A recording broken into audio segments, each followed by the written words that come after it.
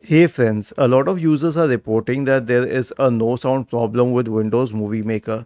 Now I want you to know this thing that the Movie Maker that we find in the Microsoft Store is not a Microsoft Movie Maker. It is a third party one, so this is not the correct application.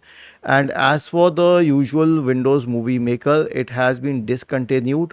It is not a part of Windows as of present. It may still be on your computer as an app, but we cannot say it would work because Microsoft does not support it anymore.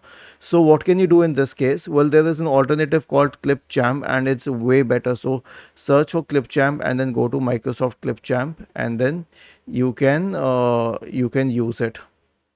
Was this helpful? If yes, then please subscribe to the channel. If not, then let us know in the comment section of the video on how we could help you further. Thank you for watching this video and have a nice day.